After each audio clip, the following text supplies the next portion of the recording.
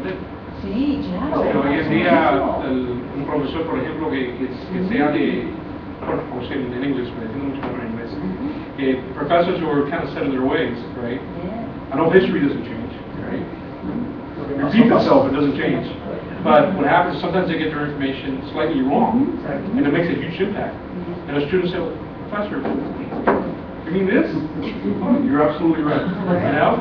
And I think that's great, because I think it opens it up to the traditional way of professor kind of being a little bit, sometimes dictatorial type Well, of that's key, approach. because the professor is not as distant as he used to be. Yeah. You know, he's a guy, but he has some conversation among the students and feedback. Y el otro tema, Which I think is professors for the real world, right? I think that professors are looked like managers for us, right? Because today, you know, we the employee is a student of the manager, and the manager is the professor. So I think that it starts to prepare you, and you know, with these online initiatives, it makes you be more. How do you communicate with someone who's not physically there? Right? So how do you ask a question? Asking a question with your body, with your physical is different than writing a team or everything. So it's a good collaboration. exacto, esa era la palabra, que hace justo lo que decía, la colaboración, que ayuda en el tema de colaboración. Sí, yo soy un alumno y el profesor me está diciendo algo, pero yo tengo la capacidad también de verificar si mi profesor está en lo correcto y de contribuir.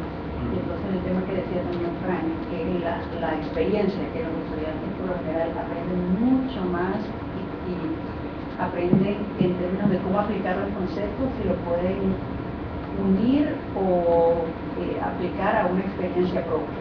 Entonces ahí viene también el aprendizaje del profesor. El profesor puede tener que estoy hablando de un tema de economía y tengo aquí a Hugo que ha vivido en otro país y ha tenido una experiencia, entonces explica cómo este concepto lo vivió él en la situación y eso le da un entendimiento a otro alumno de la clase que tal vez no lo entendió como lo explicó el profesor, pero lo está entendiendo por la experiencia que vivió y que explicó Hugo. But on that same note, a lot of times not only does the professor learn from the students, but the other students learn from the students, which has always been true, but in a less traditional setting, because now with forums and discussion boards and that kind of stuff, it's there for the other students to read, and the other students go, oh wow, that's really interesting, and I'm going to comment on that. And we have to say also that you can see that it's just that usually will be a little more shy, we say, in a real classroom, because raise hand and say something. They're not shy about typing. Great question. And they see a really good answer for the rest of the class. I think technology, what it allows us is to bridge all learning styles. So you could do, your visual, auditive, and kinesthetic learning style. You could bridge them right at the same moment. So with that, if you're a visual learner, you might, you see graphs and everything, and you understand it perfectly. Now, I'm a kinesthetic learner. I know that for a fact. I need to do things. I need to move them. So in order to, and that's why I studied mechanical engineering, because that's what really drove me to that matter. So learning by just listening is not the most effective way of having me learn something. So by using technology and by being in an online setting, you can do the three of them. And you can incentive all types of learning and all types of collaboration that occur, so that learning is not only what the professor says, but it's really about what the community that is involved in the theme or in the discussion comes to a conclusion. Y le da al estudiante la capacidad de adaptar su aprendizaje de acuerdo a la manera en que mejor aprende. So here's a question for everybody. How have your corporations adopted online learning for employee training, or have they adopted it? Is there a movement towards using online learning for employee training? For me, we take all of our certifications online. And partner certification. Yeah, and partner certification. All of our education is online. It's very rare that you go to a live, to a live class. I mean, we have the challenge of all of us, regardless of what era we're in, you have 24 hours in a day, right? So the reality is, we all work 13, 14-hour days. Kind of the new paradigm shift that's taken up in the real world of business, especially when it's free job. So what does that mean? You've got to find other times to do all the things that are just as important. Quality time with family, all that stuff. Learning is another. Because if you're in the heart of technology, whether you use it, whether you sell it, whether you do both, you've got to be able to do it in odd times, right? And by the way, in chunks. Because you can be like, excuse me, I'm back. What did you just do? I just read a chapter for, you can do that when it's all online, right? And so I think that for us, we're serving clients really at their leisure. So it's not something we can even plan for. And our engineers have to maintain their certifications to be current so that we can be impactful and offer knowledge. And be able to resolve things when the client needs it. I mean, if it wasn't for online or the form of education that's available, online being very top, we wouldn't be in business. Our business would cease to exist. For us, it's really around learning on the job is one of the key priorities. So you learn by, well, we have a problem, go fix it, go work at it, and go learn from it.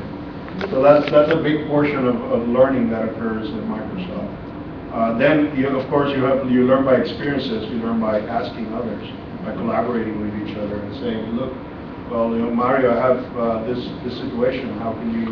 What can you share with me that could help me think about it? And then we do have online training as a third principle. It's our third principle is the online training, where we have it all in an online setting. And not only is the online training available, it's mixed into different ways. So it's not only videos of people talking about it, it's very interactive. You have learning objects that you have to test yourself, and you have to go through the motions of learning in different ways. And then the whole evaluation and performance metric is tied into that. So we're able to, with a fairly good chance, evaluate how our employees are presently at the point in their career with us, and what could be steps that they can take forward. So all those things tied together in an online setting really help you grow as an employee in our organization. And I think that corporations, they do the necessary tools for you to do your job, right? As an employee, here are your tools to do your job, for you to be good at your job. And I think that the online university prepares you. Here are your tools to learn what you need to learn to be. That is one of the things that I see, not necessarily related to your question, but outside of that, is one of the interesting things as well, is that when you look at your business, and you look at the focus of the curriculum you're going to provide, and then because of a student request or a momentum shift and a requirement to have a new set of classes within a particular vertical of specialization, it puts you in a really good position to go partner with another university or college who has kind of set of the same technology implemented, because that can be done a lot faster than in the old days. In the old days, you had to go figure it out. Now, at the end of the day, is just to make sure that you guys, have the same cultural fit and have the same great intentions from a business ethics perspective, and IT folks can get together and make it happen. Like, the technology is easy. You guys got to figure it out in political change. So that in itself, it creates the equation 1 + 1 = 3, because now you can add more to your student body and your professors by being able to collaborate across. Well, that's interesting you mentioned, because when we went to Summit of Summer, I participated in a social meeting here, and it was about exactly that, the building blocks of universities. In general, they're working with geographically, just because of political issues, but geographically connected universities, like close, not even in the same state, but close. And they're building these collaboration environments so they can all go together to data center and host the whole thing together, and they can serve for different universities at the same time. And they're really working on that. I mean, it comes down to, do what you do best and partner for the rest. I mean, if you're focused on this very specific, either geographic, more targeted, if you're only doing Latin America, for example, and you want to have an extension or offer yourself as an extension to another country, doesn't have to be the States. So, do we really want to make that investment? So, this is a decision, because they may not produce those fruit. Say, well, you know what? I'm going to go find a collaborative partner, even if there's a little bit of an overlap, and make it happen. SunGuard and Terramark have a relationship, right? Microsoft and Citrix have an incredible relationship. And then, really, at the end of the day, it's a sign of the times. Collaboration is what's expected. Because me as a student, or even as a professor, like, you know what? Here's what I need. Figure it out. Right? That's very true in education. We see this huge push towards the double degree programs, doing degree programs. And actually, I'm working with a gentleman right now in Latin America. He's related to this company, but on a different note. We're working to build out a program there at his home campus in Chile that would be for American students. So that's one of the things we've considered is collaborating with the universities here in the United States. Would that be a better solution than doing it on our own? How can we leverage what they already have and what they already know? You still win, because it's your brand, and you don't want to bring it in, serve it enough. Right. No solamente eso, en el caso de nosotros con Partnership en Latinoamérica, lo que buscan los estudiantes también es que tienen un título global. O sea, si yo estoy en Ecuador y puedo también estar en Estados Unidos, puedo estar en Chile, puedo estar en Colombia, puedo estar... Y tener esa dualidad de poder estar en cualquier parte del mundo con y poder decir yo soy, en este caso, user registration o alguien de empresa. Pues eso es un tema bastante importante, porque es una de las cosas, bueno, yo no lo pienso porque yo nací aquí y vivo aquí, pero one of the challenges, right, that most students have, not students, I mean, we're talking folks that are way beyond being a student, that, maybe they're looking at a continuing education, but, or even if they're not, they grew up in the States as an example, they received a degree in the States, right, maybe not from Harvard, maybe from a small college in Alabama, right, they moved to Latin America, and now there's a whole big set of problems.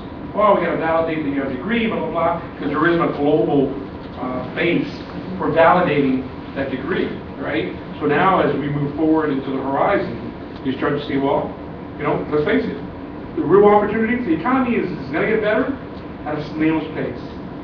So if you want a job, get ready to pack your bags and move.